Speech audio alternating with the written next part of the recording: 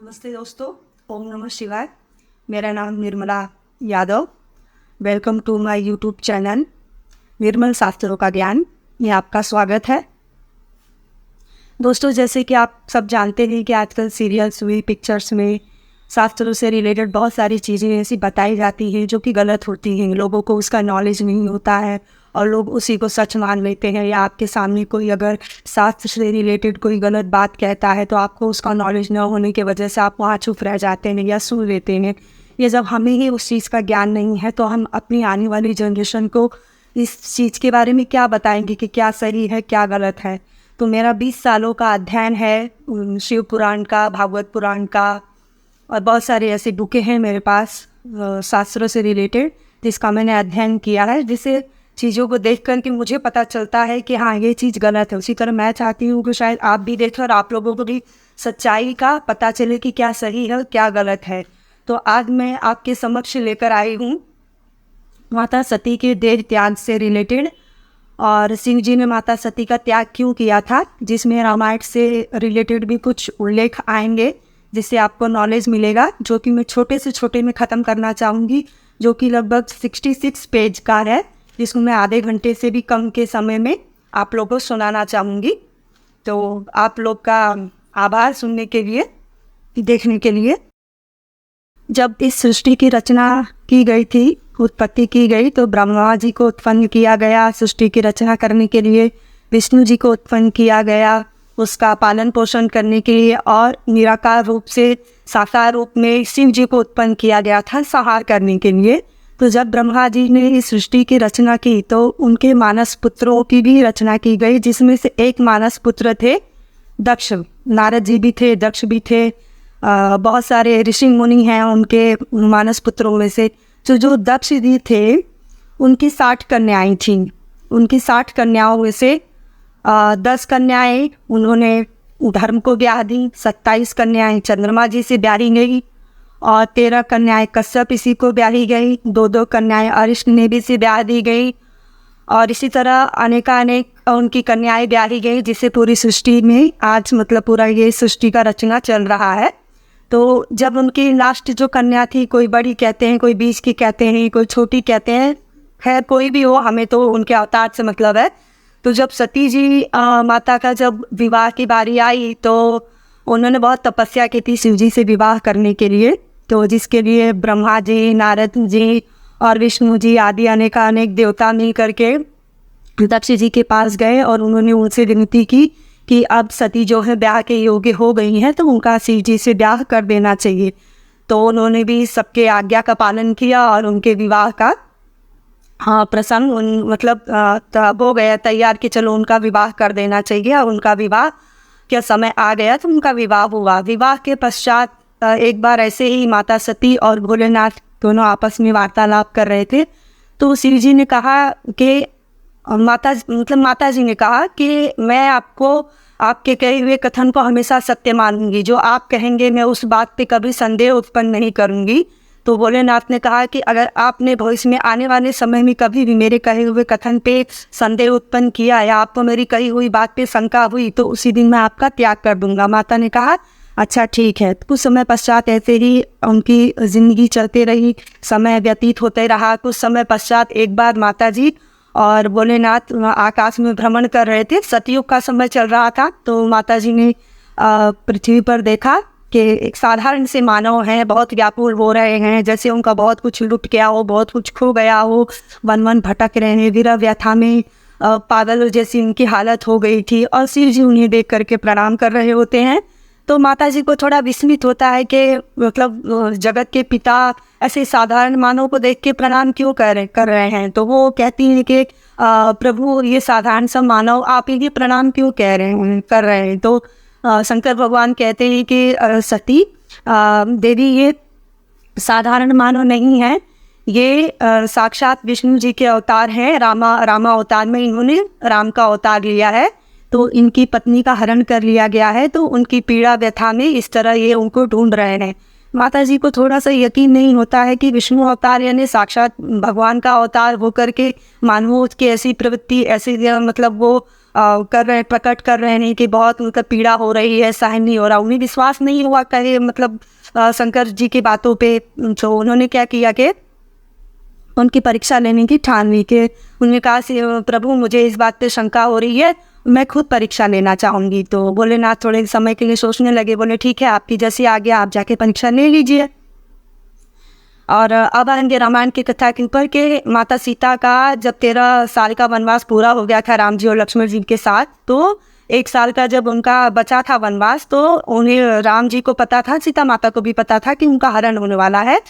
और लक्ष्मी अवतार होने के कारण से रावण जो है वो सीता माता का हरण ऐसे नहीं कर सकता था, क्योंकि अगर वो सीता माता को हाथ लगाता तो वहीं भस्म हो जाता। इसलिए रात्रि के पहर में राम जी ने अग्निदेव को बुला करके सीता माता को सौंप दी थी, और उसी समय से सीता माता की परछाई उनके साथ रहने लगी थी। अर्थात रावण ने जिसका हरण किया वो साक्षात सीता माता नहीं थी, सीता माता की परछाई थी।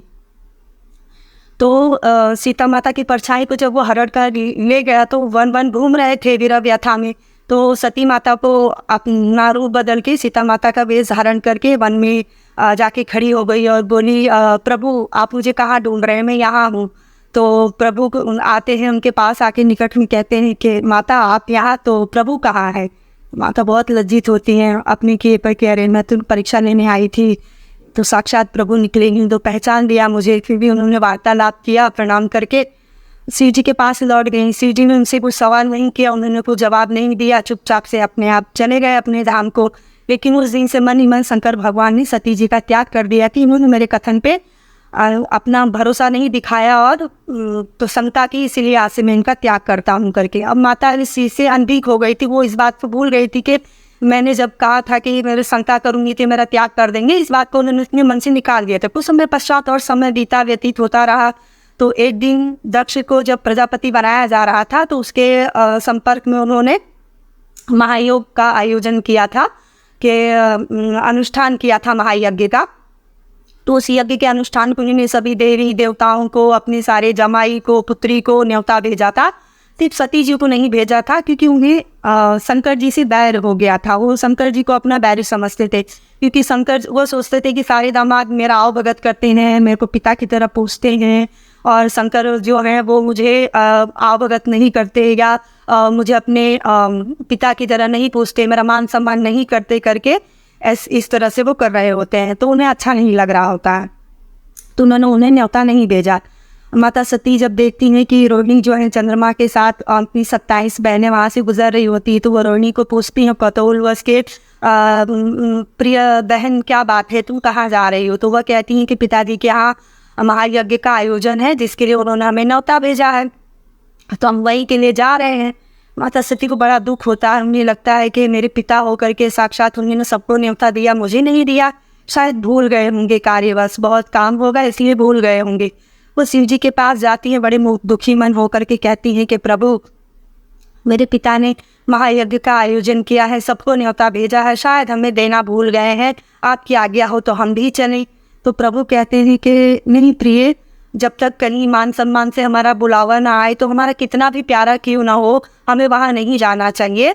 वहाँ हमारा मान सम्मान ही घटता है जाने के बाद, तो हमें नहीं जाना चाहिए। अगर तुम्हारे पिता ने हमें बुलावा नहीं भेजा है तो हमें वहाँ नहीं जाना चाहिए। माता उदास हो जाती हैं, बहुत मनाती हैं कि नहीं प्रभु चलिए, मेरे पिता का घर है, उसमें न्योता की क्या ज़रूरत है, अपने मायके जाने के लिए भी कोई न्योता देखता है। इस तरह से प्रभु सोचते हैं कि जब होनहार होनी ही है और ये नहीं मान रही है तो मैं कितना रोक सकता हूँ। तो वो उन्हें 60,000 अपने पार्षदों के साथ उन्हें भेज देते हैं, रवाना कर देते हैं गाजे बाजे के साथ। माता सती उस यज्ञ में जाती हैं, और पहुँचने के बाद जब वो वहाँ जाकर देखती हैं कि विष्णु जी का स्थान है, ब्रह्मा जी का स्थान है, अनेक देवी देवता विराजमान है, ऋषि मुनि आए हुए हैं, पृथ्वी से लेकर पूरे ब्रह्मांड से लेकर के जहाँ तक की उत्पत्ति की गई थी सभी लोग वहाँ मौजूद हैं, सिर्फ शंकर जी का स्थान वहाँ नहीं है। वो देख करके सती माता को बहुत क्रोध आ जाता है। वो अपने पिता से वार्तालाप करती हैं कि पिताश्री आपने मेरे पति का स्थान क्यों नहीं रखा, क्या आप नहीं जानते कि वो तीनों लोक के स्वामी हैं, आपने उनका भाग न रख करके कितना बड़ा पाप किया है। तो वो भगवान को बहुत बुरा भला कहते हैं, उनकी निंदा करते हैं, बहुत सारी चीज़ें ऐसी अनकही कहते हैं जो मैं भी इस कथा में आपको नहीं कहना चाहती, क्योंकि मैं भी शिव जी की भक्त हूँ और मैं नहीं चाहती कि मैं कोई सपने में भी ऐसे आप शब्द भगवान को कहूँ। तो वो बहुत सारी चीज़ें ऐसे उन्हें कहते हैं जो माता सती को बिल्कुल भी अच्छा नहीं लगते। फिर उन्होंने सोच लिया होता है कि नहीं, अब तो मैं मेरे प्राण त्याग दूंगी, क्योंकि उस समय उन्हें याद आ चुका होता है कि प्रभु ने मेरा त्याग कर दिया है, क्योंकि मैंने उनके कथन पर अविश्वास प्रकट किया। अब मेरा इस शरीर का रह करके क्या फ़ायदा। वो वहीं जलते हुए अग्निकुंड में अपने शरीर का त्याग कर देती हैं। और उनको शरीर के त्याग करते देख उनके जो पार्षदगण थे, बहुत सारे पार्षदगण को माता के साथ ही उस अग्निकुंड में कूद जाते हैं। और बहुत सारे पार्षदगणों का आपस में युद्ध होता है, तो वहाँ से चले जाते हैं कैलाश को प्रभु को खबर देने के लिए। जब प्रभु को ये खबर मिलती है, जब ये समाचार दिया जाता है, भोलेनाथ में समाधि में बैठे होते हैं, उनको बहुत क्रोध आ जाता है, बहुत ही मतलब कुपित हो जाते हैं वो। और उस तांडव नृत्य में करते करते ही इतनी विरह व्यथा में उन्होंने अपने बाल को फेंक देते हैं और वीरभद्र और काली प्रकट होती है। काली और वीरभद्र को वो आज्ञा देते हैं कि वो जाए और इनके सती के पिता का जो यज्ञ है, यानी दक्ष का जो यज्ञ है, उसको विध्वंस कर दें। तो वो सभी जाते हैं और वहाँ पर बहुत लड़ाई चलती है, कई महीनों तक लड़ाई चलती है। और उस लड़ाई में बहुत सारे ऋषि मुनि मारे जाते हैं, बहुत विष्णु जी पराजित हो जाते हैं, बहुत जगहों पे ब्रह्मा जी भी साथ नहीं देते हैं दक्ष का, और वहाँ से चले जाते हैं छोड़ करके। तो ऐसे करके मतलब उनका जो दक्ष का गर्दन है वो वीरभद्र जी काट करके अग्निकुंड में डाल देते हैं, जो कि जल के ख़त्म हो जाता है। लेकिन वो अजर अमर रहते हैं, क्योंकि मानस पुत्र हैं, तो उनकी मृत्यु नहीं होती, उनका धड़ जिंदा रहता है। तो बाद में वीरभद्र और काली भी लौट जाते हैं, सबका विध्वंस हो गया, सब यज्ञ चौपट हो गया, कुछ बचा नहीं। फिर ब्रह्मा विष्णु महेश अनेकानेक देवी देवता, दक्ष की जो पत्नी थी वीरणी, उनको समझा बुझा करके हम शंकर जी के पास चलते हैं, उनसे क्षमा याचना करते हैं, उन्हें मनाते हैं, उनके क्रोध को शांत करते हैं, तो शायद वो दक्ष प्रजापति को जीवित कर दें और ये सारा यज्ञ भी सफल कर दें। तो ये सब मिल करके जाते हैं, भोलेनाथ को मनाते हैं, उनकी बहुत याचना करते हैं, उनसे प्रार्थना करते हैं कि प्रभु गलती से गलती हो गई, आपके भक्त हैं, क्षमा कर दीजिए। बहुत समय लगता है, काफ़ी पृथ्वी पर तो बहुत युग बीत जाते हैं ये सारी चीज़ें जब होती हैं। तो कैसे भी करके भोलेनाथ जब मानते हैं तो वो वापस वहाँ पे आते हैं और दक्ष को बकरे की गर्दन लगा करके जिंदा कर दिया जाता है और उनके यज्ञ को सफल होने का आशीर्वाद दे करके वो वहाँ से माता सती के पार्थिव शरीर को जो जल रहा होता है उसको उठा करके अपने कंधे पर उनकी विरह व्यथा में उन्हें लेकर घूमते हैं। तो विरह व्यथा में लेकर घूमने का मतलब ये नहीं है कि शिव जी साधारण मानव हो गए, वो अपनी पत्नी के प्रति अपना प्रेम दर्शा रहे हैं कि वो कितना प्रेम करते हैं। और यही बात है कि इस भारतवर्ष में 51 शक्तिपीठ बनने का कारण भी यही है। अगर वो न लेके घूमते तो आज इस पृथ्वी यानी भारतवर्ष में जितने भी 51 शक्तिपीठ हैं माता के, वे न होते। वो जगह जगह ले करके माता के पार्थिव शरीर को घूमते हैं, जहाँ जहाँ उनकी जो जो अंग गिरे हैं उसके हिसाब से माता के 51 शक्तिपीठ यहाँ पर बने हैं भारतवर्ष में। तो इसी तरह यह कथा संपन्न होती है, जो कि 66 पेज की है। मैंने आपको कोशिश की है कि कम से कम समय में आप तक ये ज्ञान पहुँचाऊँ।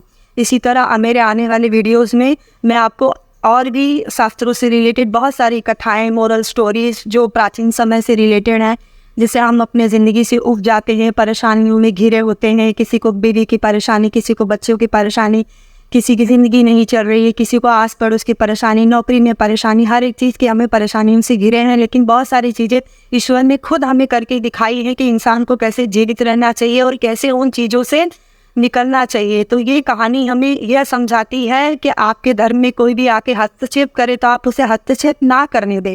मेरे छोटी से छोटी बड़ी कहानी को भी मैं छोटी से छोटी में ही आपको सुनाने का प्रयत्न करूंगी। तो आप भी कोशिश कीजिए कि आपके धर्म में आके कोई भी गलत धारणा ना करे। आप कोई भी शास्त्र उठाएंगे तो आपको हर शास्त्र यही कहेगा कि ये माता ही सबकी जननी है, इन्होंने सबको जन्म दिया, यही सबसे बड़ी हैं, या गणेश जी ही सबके सर्वदाता हैं, इन्होंने सबको किया है, विष्णु जी नहीं। तो आप तो इसमें भ्रमित नहीं होना। हर शास्त्र का ज्ञान यही कह रहा है कि आप जिसको मानते हैं वही इस पृथ्वी पर सर्वोपरि है। यानी आपने जिसकी पूजा की आपको उसको ही सबसे बढ़कर के मानना है, उसके अलावा आपके लिए और कोई नहीं है। आपको भ्रमित होने की भी कोई ज़रूरत नहीं है।